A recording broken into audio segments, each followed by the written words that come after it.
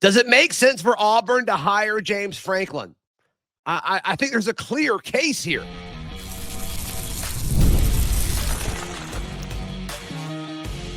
You are Locked On Auburn, your daily podcast on the Auburn Tigers. Part of the Locked On Podcast Network, your team every day. Yes, welcome on into Locked On Auburn, your daily Auburn Tigers podcast. I'm your host, Zach Blackerby, and thank you so much for making Locked On Auburn your first listen every single day. Zach Seyko, host of Locked On Nittany Lions, hanging out with us today. James Franklin, you guys fired him several weeks ago, and now you're seeing James Franklin's name at the top of every hot board of everybody who's opened their job in the SEC. In your mind, would he make sense as the head coach for the Auburn Tigers? Tons of sense, but James Franklin is playing the waiting game because everything is pointing to him to Virginia Tech. And Virginia Tech social media has been ablaze. I've seen so many Virginia Tech fans just across my social media feed saying, "Oh, we got James Franklin," or the deal's in the works. It's all but done. I'm in the category of I need to see it to believe it, because I don't think James Franklin believes that he's an ACC level coach. I think he's patiently waiting for either Auburn or Florida to give him a call. Now, I talked to our counterpart over at Locked On LSU, Matt Moscona, and he says James Franklin's name hasn't even been uttered once when it comes to the powers that be at LSU. So Auburn, Florida, I think James Franklin is just playing the waiting game. If they don't call him, he'll probably end up at Virginia Tech. But if they do give him a call, he's definitely going to reciprocate that interest.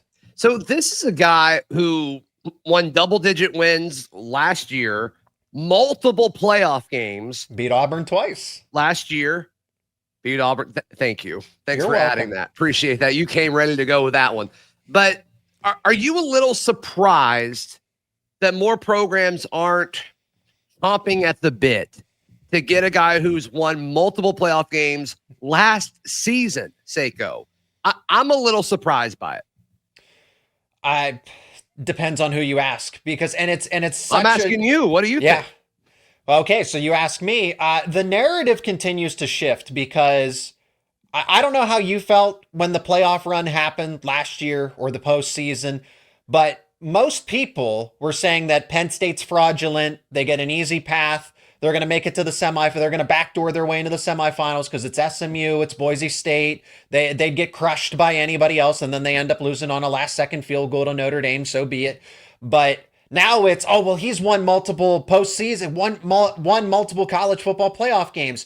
But I've always been told that Franklin's a problem coach because he can never win the big game. Right. And Penn State is fraudulent because they basically get an easy schedule and then they drop to whatever. It's Ohio State, it's Michigan, it's whatever the top two teams in the Big Ten are. They just can't win. James Franklin can't win the big game. And now Penn State makes that move to say, okay, I guess we hear you. He can't. He's proven to us time and time again that this is it. This is where we're capped. And then now it's, well, why are you going to fire him? Why are you going to let him go? How dare you do that? It's a dumb move. You're just Nebraska 2.0 waiting to happen. And it's like, you're darned if you do, darned if you don't situation. Just know what you're getting with James Franklin is that truly in those kinds of moments, his teams shrink. They just do. Yeah. Yeah. Penn State, with where they're positioned in the Big Ten, I don't think is that much different than where Auburn is positioned in the SEC. I mean, the same stuff that Franklin was talking about is the same stuff that we've talked about with several of Auburn's past coaches. Gus had a bit of a better record against them than other people, but like with Harsin and obviously with Hugh Freeze, not beating Georgia or Alabama is like James Franklin not being able to beat Ohio State or Michigan, two elite programs that you're just, tasked with trying to beat every year. And it's like, I don't know what reasonable expectations should be, but you can't go over if you're there for that long, right? I think everybody agrees with that.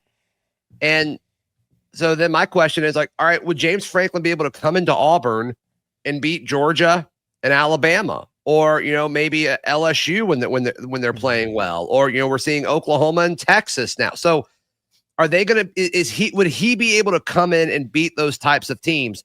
past data would suggest no.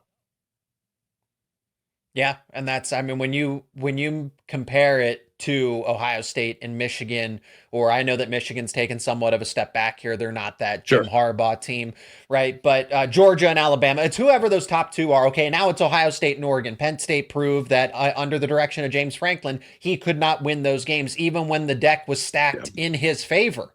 I mean, you had all the leverage against Oregon, and you still lost at home in the whiteout game. Besides that point, so Georgia and Alabama, that's going to be tough to do on a year-to-year basis, but James Franklin believes that he would be able to do it.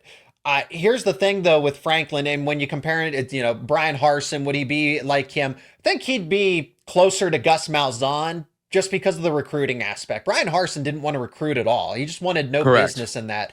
James Franklin is a people person, so he would be able to build out Auburn. You would have the resources, the war chest to go to battle with. And I think that's why he's a little hesitant at Virginia Tech, because his ego says that he and his agent say that he belongs in the SEC, that he belongs in the Big Ten. And okay, I think he does. I think that's correct, by the way. Yes, to an extent, because LSU's not mentioning his name. I don't think he should go to a place like LSU. I think he's lost a little bit of his credibility because now it is officially settled in. There's no room for doubt anymore. There's no benefit of the doubt. You are going to lose those big games until you prove otherwise. How do you change that at Auburn? How do you change that anywhere? Is going to be a major question, because I think he would be good at Virginia Tech for his own sake, and then use that to reestablish himself, to leapfrog back into the Big Ten or the SEC. But if a job comes calling, you don't pass it up, because what's the point of doing 3 to 4 years at Virginia Tech just to try to jump to Auburn, to Florida? Why waste the time? If they're going to give you a call, do it now. Yeah, no, I think that makes a ton of sense. There's still a few other things about this that I don't think are entirely consistent, Seyko, and I want to jump into that. And then obviously just a big question of like, what's the likelihood of this happening? That's next, right here on Locked On Auburn. Today's show brought to you by our friends at FanDuel. FanDuel is America's #1 sportsbook. The NBA is back, of course, and there's no better place to get in on the action than with FanDuel, the official sports betting partner of the NBA. I'm going to give you a college football line, not an NBA line, because you can bet on anything over at FanDuel. Auburn now a 6.5-point dog on the road against Vanderbilt, a team that James Franklin used to coach. Funny enough, this opened up at 7.5. The line has shifted in Auburn's favor just a little bit. I like 6.5 more than 7.5 in this game. Right now, FanDuel giving new customers $300 in bonus bets when your first $5 bet hits. So head over to FanDuel.com and sign up to play your game with FanDuel, the official sports betting partner of the NBA. Zach Seyko, host of Locked On Nittany Lions, hanging out with us. I'm seeing so many Auburn fans and so many Florida fans, and we could probably put other fan bases in that are looking for a coach, that when the name James Franklin comes up, they scoff at it.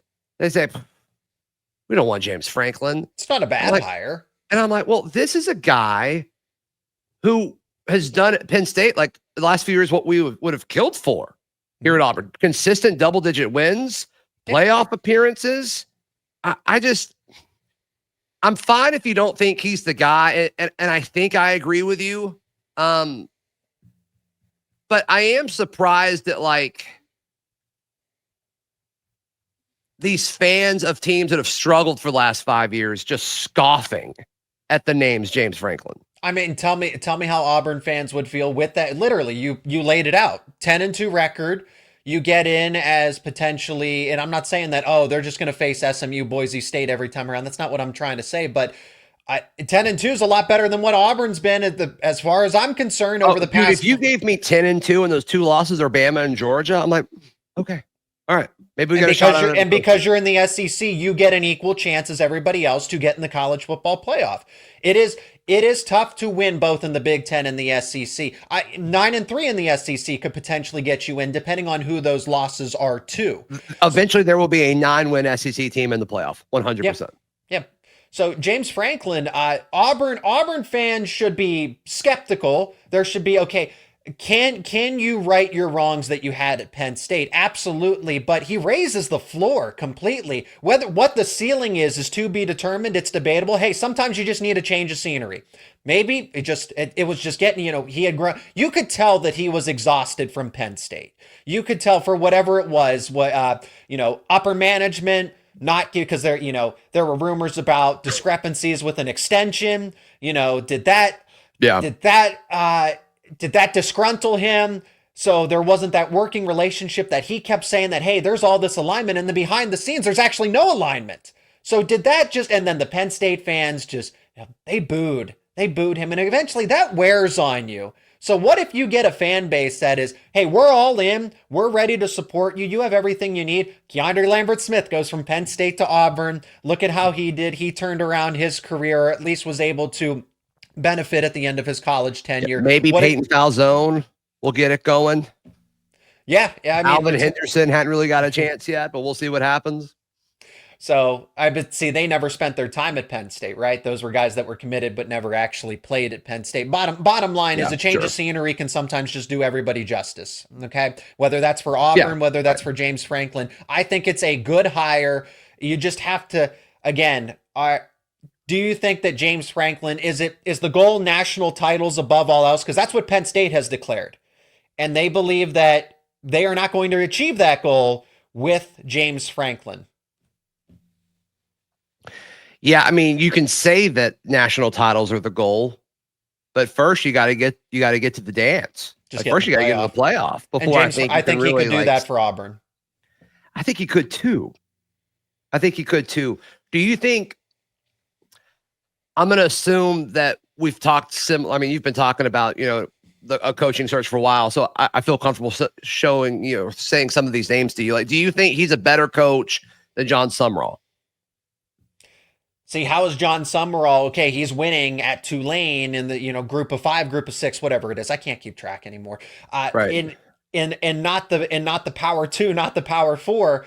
How is he going to do against, because that Billy Napier just would get out coached left and right. I know that John Sumrall is a great program manager and he's winning at Tulane, but would he be able to out coach? And I know that's rich of me to say when it's like you just dealt with the James Franklin years of him getting out coached, not against the better teams. But I think of John Sumrall to Billy Napier, that Billy Napier just looked lost against everybody. He was getting out coached and then just won purely by the talent he was able to recruit. James Franklin, he would get out coached in select situations, but not all the time. So that's kind of my concern there with Sumrall, is that when he gets to the big boy league, are you going to get out coached by Mississippi State, for example?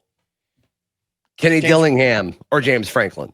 Oh, I like the upside because there's the unknown with Kenny Dillingham. The fact that he's had that kind of success immediately at Arizona State with the limitations of resources. If you're telling me, right, I want to speak from the Penn State point of view, Penn State point of view. Would I rather go with James Franklin again? Let's just say, hey, we'll forget it. Bygones be bygones. Let's bring you back. Or would I go with Kenny Dillingham? I'd go with Kenny Dillingham. Yeah, I think I would too. And then, the other name that I think a lot of Auburn people want, and I'm partially in this camp, is DJ Durkin. Has been incredibly good for Auburn as a defensive coordinator. Only 3 teams this year have not allowed more than 24 points in the game. Auburn is one of them, and somehow we have lost all of these games. DJ Durkin, Auburn's interim.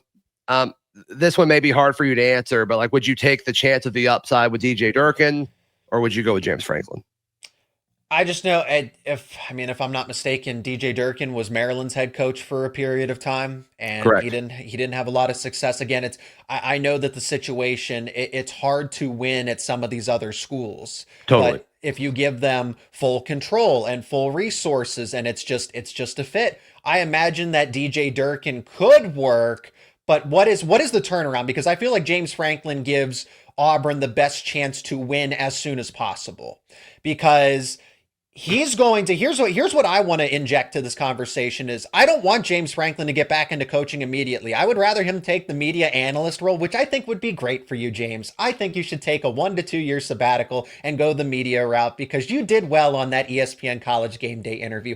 I'm teasing, but I do mean that, but I also don't, because he's going to recruit against Penn State just for the sake of it. And that's where all his connections are. So Yeah. Pennsylvania, DC, Maryland, Virginia, it's plausible to think that he'll probably get a roster from Penn State that is already in flux with the amount of turnover that it's going to have with the seniors moving on. He's going to go get what's left, or at least try. And with Auburn having NIL, being a place where, I can play football here, I can exist here. It's not a terrible area to be. It's a great area to go to school. And James Franklin would have that. And when we're in a national recruiting landscape, I guess it's a little different. But no, you're seeing East Coast recruits go to Los Angeles. Totally. For whatever reason, whether it's NIL or just because it's not so regionalized anymore. So whether James Franklin's at Virginia Tech, I would actually be more concerned if he was at Auburn or Florida, because he would have the war chest to go to battle with. At VT, it's a little different, and it's the ACC. It matters to players if you're playing in the Big Ten or the SEC versus the ACC and the Big 12. No, I agree with that for sure. Last thing, I think in a perfect situation, whoever's Auburn's next head coach keeps DJ Durkin on staff. This is a similar situation at Penn State because you guys also had an incredibly highly paid coordinator. Yep. I think DJ Durkin's like right behind him. Do you think James Franklin would be okay keeping DJ on staff, or would he say, no, we're going to kind of bring in all of my own people? I don't know what his connections. He might have a prior connection to DJ Durkin in some capacity. I don't think they do. At least Okay. like they may have a relationship that we don't know about, but I don't think they've worked together before. I think there would be some balance. I don't think he'd be opposed to it. That's tough for me to speak on because James Franklin I'm just asking you to guess. He was in a situation. I don't think he'd be totally against it because DJ Durkin has proven that he can succeed as a defensive coordinator. Okay. And if you add some better assistant coaches around you, you get that alignment that he's referred to for a long time. You just increase the talent. Recruiting's going to help. Auburn is not broke. They're going to be able, like I said, I think James Franklin raises Auburn's floor, and he can win quicker than Kenny Dillingham, John Sumrall, at least in the short term. And then long term, when you want to try to discuss, hey, now it's time to take another step, national titles, that's where it's to be determined. But James Franklin could actually have Auburn at 9-3, potentially 10-2 if things go well sooner rather than later, above everybody else. Yeah. Zach, Seyko, thank you for your time. How can people check out everything you've got going on? That's the same as you. YouTube, wherever you get your podcasts, daily talking about Penn State. Absolutely. Go give him some love. Please like the video. Please subscribe if you're tuned in on audio. Please leave us a review and make sure you're subscribed there as well. We'll see you next time. This has been Locked on Auburn.